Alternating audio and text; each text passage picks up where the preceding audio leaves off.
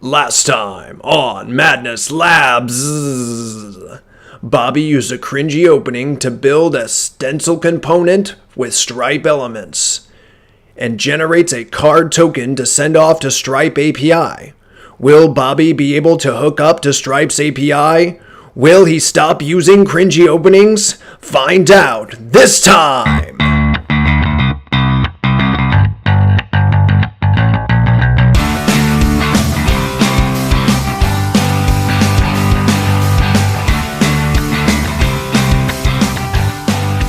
Good evening, guys. Happy Saturday. And it's good to be back with you here on YouTube. And we're going to pick up exactly almost-ish where we left off. And we've made some small changes to the component we worked on last episode. The change being that we are now, instead of console logging out the result token that we're getting back from Stripe, we're now emitting that in an event.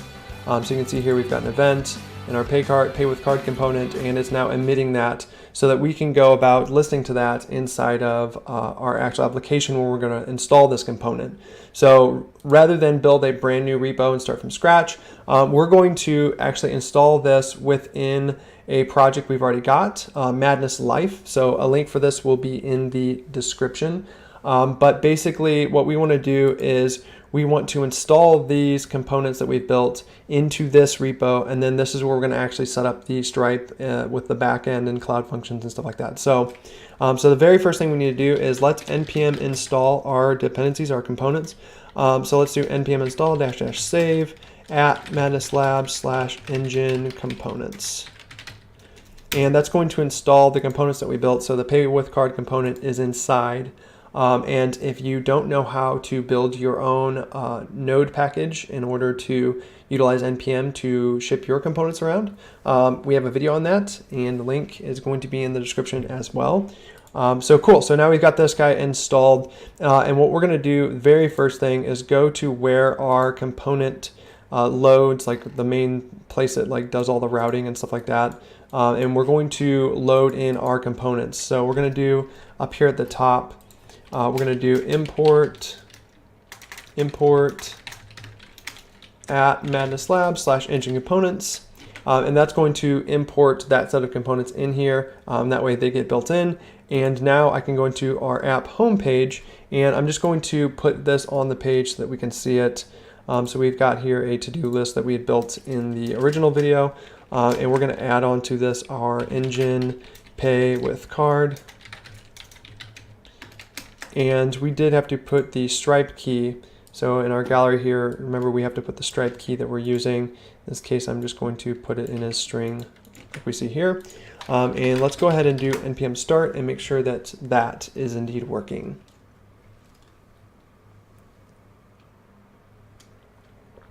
Awesome. So once it's done building, you should see it here in the browser, and give it a second. Okay, so you can see there we're getting the credit debit card component.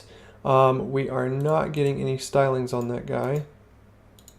We're not getting, and we're not getting our Stripe elements, and that's because we're using the Stripe library, remember? So over here in our original components project, we just need to either copy this here, or you can just put it in. But we need to basically get the link to Stripe elements, and we need to put that in the index page where we're building our app. So now we've got the Stripe library on the page, and we've got our components built in, and now we should see there's our component.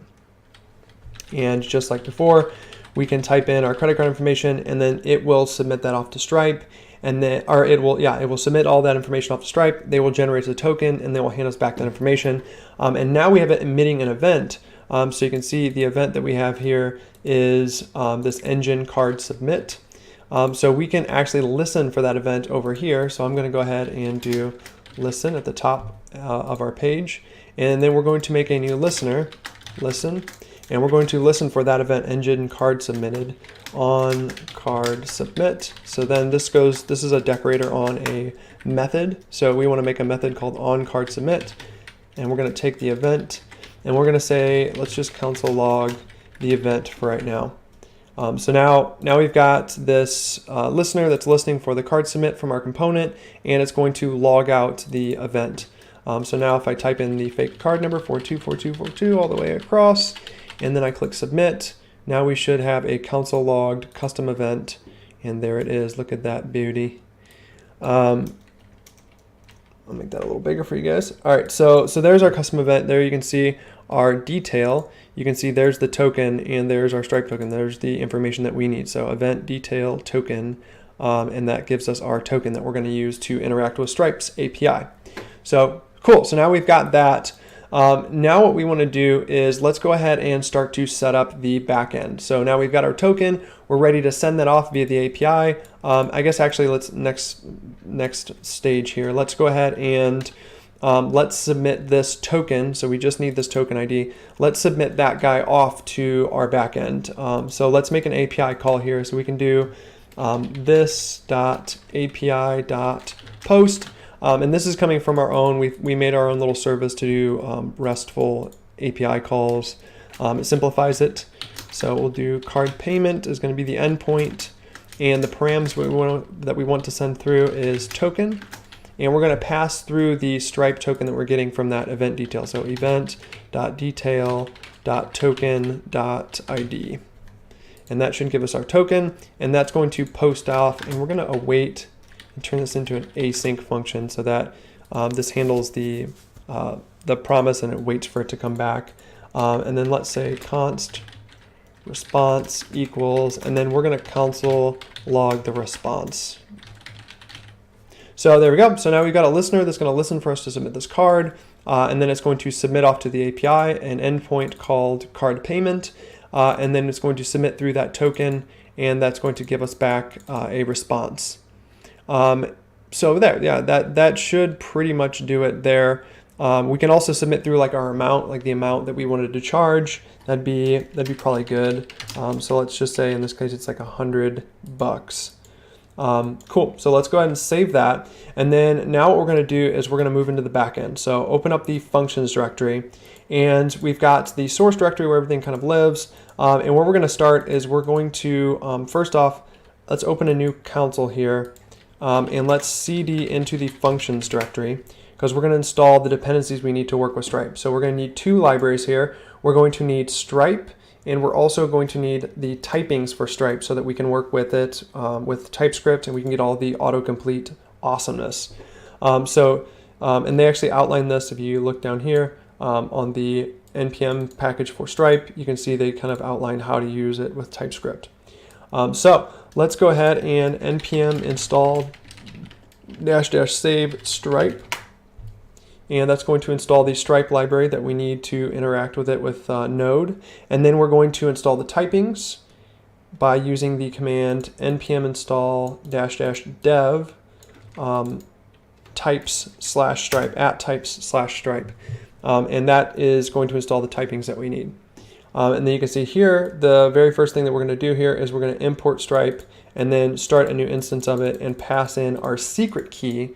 And our secret key is going to be the key that we haven't used thus far. So we have a publishable key that goes on the front end when we're doing the Stripe elements, and then we have the secret key that goes on the back end, and together they kind of tell Stripe that we are who we say we are, and that we have authorization to take the credit card information and transact payments. So there we go. So now we've got the typings installed as well. Now we can actually start to make our endpoint that's going to take the payment. So to do that, let's create a new trigger first off. So I'm just going to copy one of our original ones here. And we're going to rename this guy to, what was it? Card payment? Is it? What do I call it? Card payment? Yes. So we're going to call this guy card payment.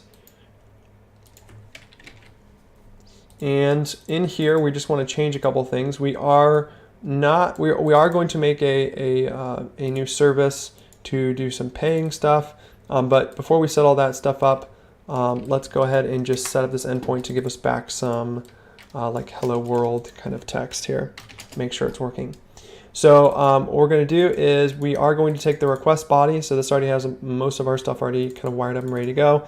And it's going to take the body and parse it as JSON, and then it's going to return back a response, a JSON response. And let's just, for right now, just have it submit back through the body of the request. So we'll just pipe back through. Where is this going on here? JSON. There we go. Okay, so now we've got a basic trigger set up. So this is going to listen for a HTTP request. So we've got a trigger now that's going to listen for HTTP requests to our Firebase Cloud Function, and this is what's going to run. And what we're going to have to do is now we need to wire this up. So if we go into index.ts, we need to wire this guy up. So we're going to copy our import here. We're going to import trigger card payment from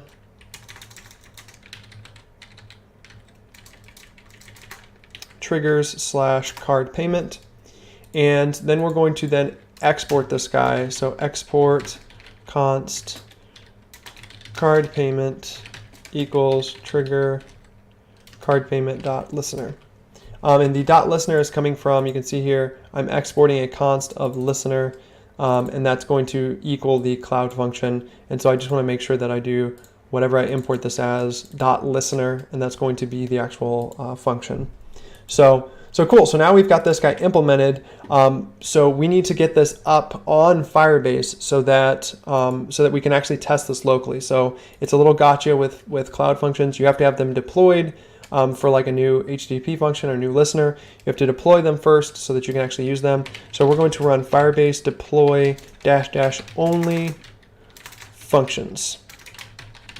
And that's going to deploy all of our stuff off to Firebase, or our functions in this case, directory, off to Firebase, and get that endpoint up so that we can actually start to test it. So we give this a second, and while we wait, let's go ahead and open up like Postman so that we can actually test this endpoint. Let's make sure that it is working, that we are getting back the response from the endpoint. So cool. So now I've got Postman spun up here, and we're just about done deploying in the VS Code window. And you can see we've already got this set up and ready to go with Postman.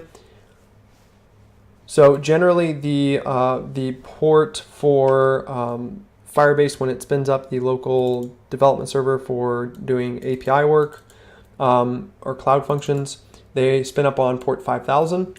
So you can see I'm talking to localhost 5000, and then I've got this link here, and I'll show you where we get that. So now let's go ahead, and we've deployed our functions. Let's go ahead and cd up a directory, and in the root I've got a nice command here. We can do npm run API, and it will basically run, it's just going to cd into the functions directory and run Firebase serve.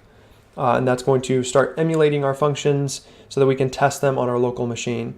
And then it's going to give us this link here to all of our different functions. So you can see there's our card payment link, so we can copy that guy and paste it into Postman. And now in our Postman, let's go ahead and pass in some values in the body here. You can see I've got test of true, and if I send this off, it should give me back a response with data test is true. So now you can see we've got the endpoint, it's wired up, it's working, we've tested it with Postman. But now when we're building the actual functionality, let's not use Postman, and let's not like emulate this stuff through cloud functions. Let's go ahead and build the service and test it with a test, and then that way we can have confidence that this thing works. We've done the unit test, we know the Stripe integration works. Then we can wire it up to the endpoint. So let's go ahead and in our services, let's start off by creating a new service. So we'll copy our to-do service and paste that guy. Where you at, to-do service? Okay, there we go. So now let's go ahead and rename this guy, and we will call this pay.ts. So this is our pay service. No, don't update my imports. Okay, so we don't need the database service on this guy, at least not for the time being. This is going to be the pay service. Let's name our service here. And then what we want to do is we want to have one method on this thing, which is async card payment. And card payment is going to take the body, right? It's going to take the body from the request, and that's going to have within it the token, which is going to be a string, and it's also going to have the amount which is going to be a number. So we can just add our typings there to make it easier. And let's go ahead and we can keep this. Let's keep consistent here, say payload. And we will go and update our things, object of payment data. This takes a payment with Stripe. Okay, so now we've got a pay service. Let's go ahead and just for right now, we'll wire this up to work the exact same way as we had before. Let's return our payload. And then what we can do is in our card payment triggers, let's go ahead and wire this guy up so that we are handing back the response from the service rather than doing our logic inside of the actual trigger itself. So first off, let's import star as import. We're going to import the pay service from /services/pay, and we're going to implement that pay service. So we gotta start that guy up. So we start that service, save it to pay, and then down here, what we want to do is we just want to say we want to await pay.card payment and then pass in the body. So now rather than worrying about doing our logic in here, we can now write all of our logic in the service, and the service will hand us back the response, which we will hand back to the API. So now we can test this with Postman again, and we should get the exact same result, except now we're going to be like basically doing all that logic inside of our new service. Cool, so now that we've got a service, we can kill the API if we want. We don't really need that right this second. And I'm gonna move this up to the right because we're about to do some testing, and that's gonna be helpful. So cool, so now we've got our service created, and what we're going to need to do is we're going to need to basically implement that Stripe API, and we're going to need to take the token, and then we're going to need to transact that with Stripe, and then get back our success, and then pass that back to the browser so they know it's successful or if it failed. So to do that, let's go ahead and spin up a test so we can start going back and forth and testing this. So let's go into our test folder and just copy the to-do test, and we're going to rename it as pay.spec.ts. And same thing here, I'm just going to change out these variables. So it's the pay service and services pay. And then you can see pay service, pay, and this is the pay service. It should load the pay service. Okay, so now we've got, we need to write our test. So we can just take this and repurpose this old one. We should say it should take a card payment via Stripe. And we're going to do pay dot card payment, and then we can do the token and the amount. And remember, this is the same stuff that we would be submitting from the front end. We're just going to replicate that. We're going to pass in the data manually here, and then that way we can actually test this all out and make sure it works before we worry about wiring this up to our interface. So now we expect the payment to be truthy. So let's go ahead and just fire up our test and see what happens. And I'm going to actually console log this guy out so we can see it. Cool. So now we've got our form wired up here, and we should be able to generate a token here by just submitting our form.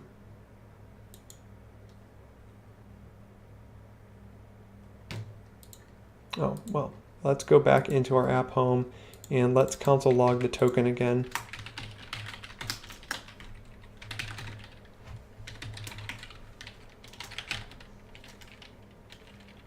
So we're gonna console log out the token because we're gonna use that token that we generate from this form. We're gonna use that inside of our test, and we can actually do that with the Stripe library as well, which I will not get into in this video, but helpful to know maybe a future video. Okay, so now you can see we've got a token here. So now let's go ahead and take this token and let's put it into our test here. So we have pay.spec, our test, and then we're going to open up side by side with that the actual service, and let's just test these guys right next to each other. So let's give us some room. We don't really need the browser at the moment, so let's go ahead and just kind of phase that out in the background. So now what we want to do is run our test. So let's do npm run API test watch --pay. So what that is that's just a simple wrapper command that we have around running jest testing. And then we are doing --pay in order to select specifically a test with pay inside of the name to run. So you can see now we're only running this one test. So cool. So now you can see we are getting the result that we should. We're passing through token and amount, and then it's console logging out the token and the amount, because here we're just logging out the payload basically. Cool. So now let's actually implement Stripe. So now we're into the fun stuff. So up here at the top of our pay.ts, what we want to do is let's go ahead and import star as Stripe from Stripe.js.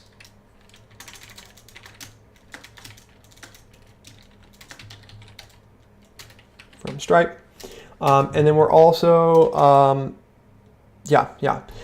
then what we want to do is we want to basically initialize Stripe. So anytime we're using this pay service, we're wanting to initialize Stripe automatically. So what we'll probably do is up here at the top, let's create a key on our class here called Stripe, and it's going to have the typings of Stripe. And then we're going to make a constructor, and constructors run automatically whenever we initialize. So right when we call the service here, new pay service, it's going to run whatever we put in here. So we're going to do, we're going to basically say this.stripe equals, and then we're going to run that implementation code that you see here on the npm page. So we're going to run new Stripe. So this Stripe equals new Stripe, and then we have to pass in our secret key. And rather than hard coding that, we actually want to pass that in as a variable. So to do that, let's go ahead and in the constructor, we'll pass through the Stripe key as a string, and then we'll put that Stripe key right there. And then that way now when this payment constructor or this payment service, pay service initializes, it will automatically initialize Stripe and save it to Stripe on the class so that we can start using that inside of our card payment method down here. So now you'll see I get a red squiggly over here in our pay service because I need to pass through that. And luckily, I store this in an environment variable. So basically, the environment or config service that we have here, it automatically grabs the environment variables that we have, the config variables we have set on our Firebase. And if you're on the local machine, it saves all of your config stuff as JSON. So here you can see this is our environment.json. This doesn't exist on the GitHub repo. You will have to create this on your local machine. But you just create a environment.json file inside of the root of your functions directory. And basically you just give it a project of the Firebase project that you're hooking up to. And then you can put in here, you can see we've got our Stripe, publishable, and secret keys. And we're going to access this environment file. We're going to access that variable by doing config.stripe.secret. And that's going to give us our secret Stripe key that we have set in that environment file, or on our Firebase server where we set our config variables. So cool. So now I've got that Stripe key passing through and initializing Stripe. So now let's just console log that out so that we can see that Stripe is indeed initialized and saved on our class. So we'll save our test as well as our service here. And now we should see, boom, there is Stripe's awesomeness coming through here. So now we've got Stripe initialized with our key, and it's saved in a environment variable that is not syncing to our repo. Very important. Security. Okay, so now we want to actually start making the functionality here to talk to Stripe and transact this payment finally. Okay, so what we're going to do is down here in our card payment method, what we want to do is run a card payment with Stripe. And luckily, it is quite simple to do. We are going to do this .stripe.charges. And you can see we're getting our autocomplete there because we've installed those typings. .create. And the create is going to take an object. And we can see all this if we hover our typings here. We can kind of see and get some information about the data that we need. And if I control space, you can see all the different things that I have access to in my current object. So control space, you can see it gives me kind of the autocomplete.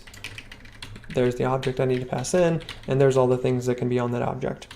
So in this case, what we want to pass through is the amount, and the amount is going to be the payload.amount.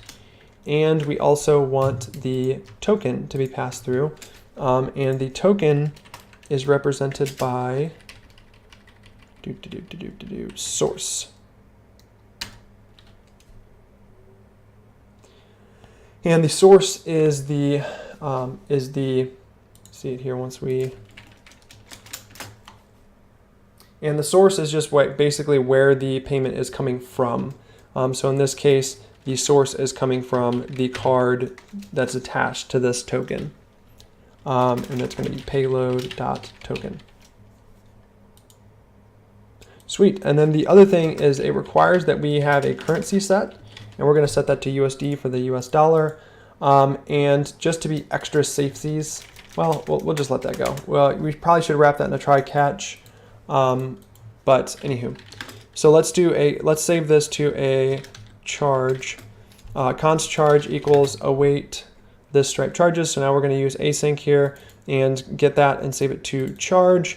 And then let's pass that charge back through so that we can see that responding to our API. So now we pass through it. You did not provide an API key.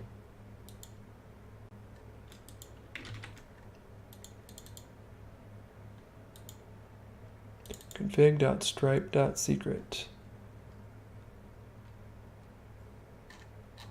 Okay, there you go. So now you can see, our test was behind there a little bit. So there you can see we've got, it should take card payment and it's successful. And you can see now there's the charge that's coming through. And if we check under payments, we have that transaction for $1, which is strange, right? It says $1. We put in 100 under the amount here. Well, that's because in order to make sure that we're not messing with decimals, Stripe takes their payments are all basically in pennies. So in this case, this was 100 pennies or $1. So we probably want to change that, and we can do that on our service here. Let's just take the amount and times it by 100 so that we get 100 pennies for every dollar. So cool. So now that should fix that. And if I try to run this test again, it's going to fail because the token can only be used one time. And so that's telling us that, like, hey, you can only use one of these card tokens once to make a transaction. After that, it's invalid. So in this case, you could go in your front end here, generate your the token, and put it in that way. Or you can use the API with what you've learned in this video on how to get it set up to actually go about generating a token with the library here, so you can make your tests automated. I will leave that your guys' challenge for this week. So yeah, figure that out. So cool. So now we've got our API endpoint created and tested. Now we're ready to actually see this in action. So let's go ahead and head back to our, let's kill our test because we're done there. And let's head back and let's start our API, npm run API. Let's run our API endpoint. And we've got the front end already running. So I'll put this back here at the bottom. And now let's go ahead and jump into the front end and make sure that this guy is working and taking or making transactions. So let's go back to card, sorry, all over the place. We're going to the home.tsx. And you can see there's our event detail token ID and the amount. So in theory, we should now be able to type in our fake card number, 42424242 all the way across, and submit payment, and it should hit card payment endpoint there, and it will give us back a response.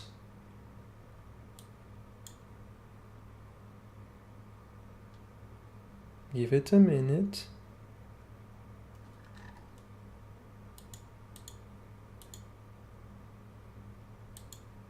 Okay, it's definitely not giving us back a response. Let's find out why.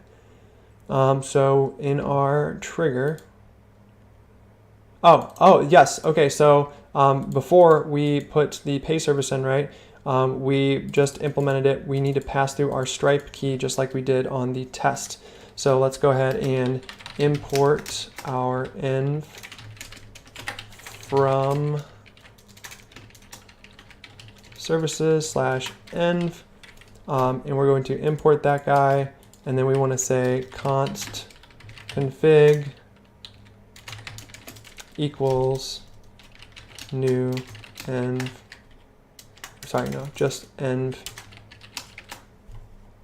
and then we want to pass in config.stripe.secret.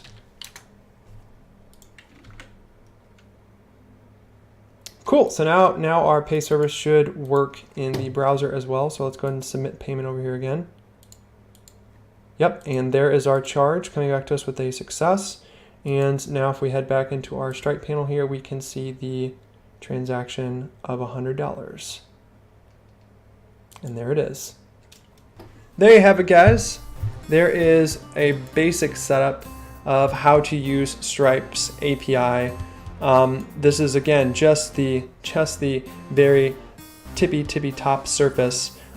It goes so much deeper. You can create customers and then attach these cards and save these payment methods to your customers so they can come back in the future and make a transaction. There's so much you can do with this API, and they're fairly reasonably priced when it comes to getting all this stuff going. So there you have it. Hopefully this was helpful. If it was, you should totally like, and you should subscribe, and you should the little bell thing. You should click it.